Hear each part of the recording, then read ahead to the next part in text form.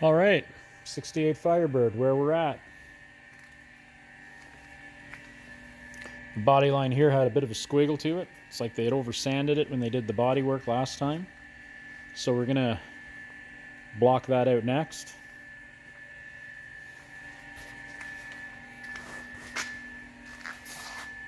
Everything here has been worked on. We're gonna gently reseam seal these. See, that side's primed as well. And then once that seam sealer dries, we can seal it and paint the car there. We still got to seal the roof. We'll have to seal that. There's a spot up in here we repaired, and it's good enough that I can't see where it was. I think it was kind of low though, so it's somewhere in. Anyway, I primed up to here. It might be here. Wherever it is, it's fixed. What else we got? This is the door that had an extremely squiggly body line. It's pretty decent now. We're gonna roll with that. For a white car, I think it'll be excellent. We fixed up this a little bit. It does look like the fender's a touch high, but not if you go by here. So we got to fix that spot too.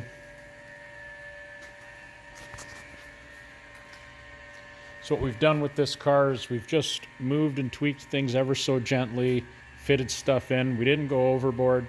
We're just trying to get it a little bit better than it was and give it a nice repaint, because that's all we want to do to this. So the bottom of this car, I'm going to grab a light after we go around the car and show you why. It's actually in pretty good shape. We thought the metal was cracked here. Sometimes if they get hit, like on this fold, they'll crack, but it turned out there was just a lot of filler there. We took it out, fixed it up, reshaped it back to where it should be. And that actually looks funny, whatever that is, but it's smooth, smooth, smooth. So that's all ready for a sealer coat and then paint. Same with the valance. Anywhere where it looked like metal was broke through, we already hit it with a little bit of primer.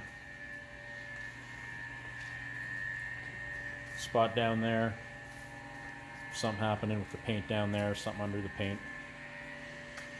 This side we're gonna put a couple more coats of primer on it after and then block it out a little smoother just to get some of the lines out of it. There's a little bit of sanding lines. So this gap here, originally the fender was way in past the door. So when you'd come up from here, there's like this big wedge that appeared. Where now we're relatively close.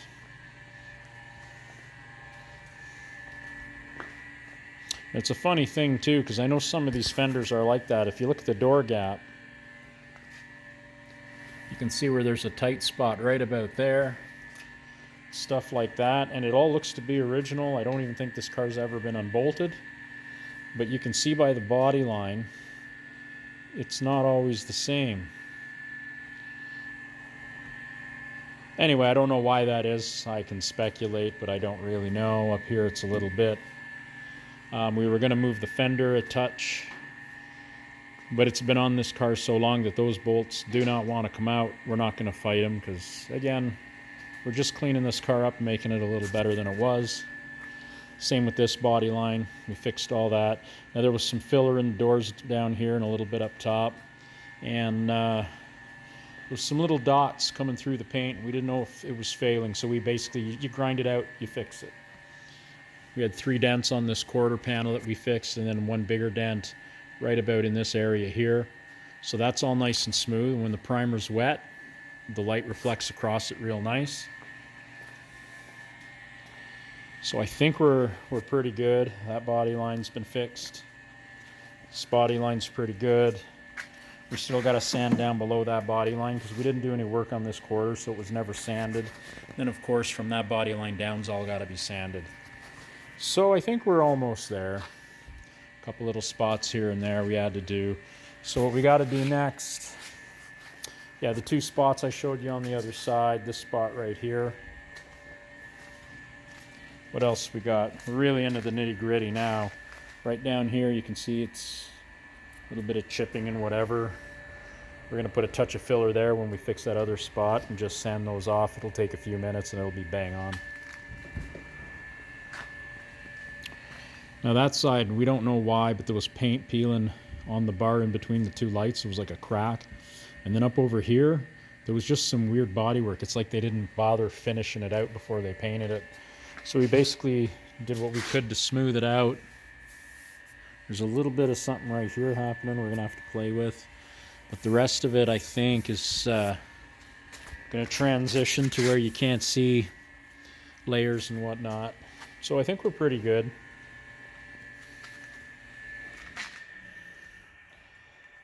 And then the only bodywork left after that, you can see a little bit of chipping paint up under there, which we didn't know about until I blew it off. And when I saw that a chip come off, we took the air and went right close to make sure to make it come off, so to speak. But I'm going to come up in here and we're going to try to sand this down as far as we can to make sure, you know, we take anything loose that's going to fail away. The rest around the window was okay, just a little bit at the top. And then the corner right low here. We're going to fix that as well. Now, before I paint it, I am going to shoot around with a little bit of epoxy primer to lock that all in after we're done repairing it and sanding it down a little bit. And because we're doing the back that way, the front's pretty good, nothing failed there, but we're going to do the same thing. And again, it's just to seal it up with some epoxy and it'll basically hold, so everything will stay where it should. And I think that would be really great. And again, like I mentioned before, if this was my car, I'd probably opt to strip it right down to metal and bring it back. Back in the 80s and 90s, they'd throw a lot of filler at stuff, sand a shape out of it and call it good and paint a car. I mean, and there's nothing wrong with that. I mean, we don't do it that way now. However, that's just the way it was done. And you got to keep in mind, these cars weren't worth a whole lot. And if you had 3 guys in a small shop working on it, they went around, bondoed the hell out of it, sanded it till it was relatively close and painted it, right? So they didn't spend a lot of time on them. I've been accused of spending way too much time on them, but I'm okay with that because I figure you got to do a half-decent job. Now, this is just a driver, you know, cars and coffee, weekend car shows. The guy that owns it actually drives it around. So this car is perfect for that. But at the same time, you want to bring it to a level of what the old guys used to call, I want to make it respectable, which this car totally is. So just to give you an idea of how original it is, and the cool thing is if you get a good one, it'd almost make a great candidate to restore. But at the same time, you almost don't want to mess with it too much because they are only that way the one time. So she's not perfect. You know, there's a little bit of undercoating stuff that's peeled here and there, but you can see the green paint from original. Here's the same way. You look under here, you can see the frame is mostly clean. There's a little bit of paint and undercoating chipping off here and there. Nothing too major. It'd be nice to clean that all up and repaint that realistically. But anyway, let's get to the meat and potatoes. Here's your floor. Look at that. So this whole car has some kind of black undercoat. You come back here, it must have hit something and chipped. But there's your original green paint. It's like a mint green, this car. Same as what we found around the windows. Like, look where it's bolted up. See that? Like, no rot, no rust. All original floors, all original stuff back here. I've got a lot of cars, even the ones that come from the south, down in the States and come up here to Canada. A lot of them aren't this nice. This is a nice car. Now, that being said, like any of these bolts, it looks like they'd peel right out. I think the car's been in Canada just long enough that for some reason the bolts on this thing are tight. That's why I was going to pull the front fender off, and we just never did. But But yeah, look, he's got brand new dual exhaust. A couple of mufflers, goes all the way to the back. Comes out kind of where it should. I don't think I've ever actually looked underneath this car this well. You can see up there, there's a little bit of paint flaking off, but no significant rust, surface rust on the axle and diff cover. You know, someone's got a blacked out gas tank. I think this is Hotchkiss rear leafs. And it's got an adjustable Bilstein shocks on the front, which is kind of cool. Another thing we had to fix, you can see where the pipe comes out here. There's space. Now on the other side, this was bent in, and the pipe was, so they couldn't put the tailpipe down, so they just tucked it up and clamped it. So we went ahead, bear with me. So we went ahead and did that, so it has that gap on the side, and we bent this where it should be. Oh, I got a sand here. Almost forgot that guy.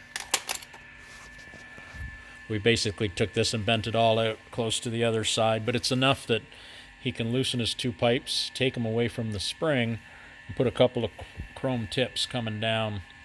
But yeah, before this was bent in so hard that this hasn't been moved yet. It was over top of this. That couldn't come through. So you can see how that one shoots down, where this one, when they clamped it on, they have it kind of tipped up. So we'll have to... Actually, I think all we have to do is loosen this up here. There's a hanger above it, and then just pull this down. You know, we may have to loosen it up at the muffler as well. But anyway, that's not for me. The owner's going to do that himself. And it's doable. But again, you look up. There's your original frame rails. And like, this car is in really good shape. It'd be great to restore it.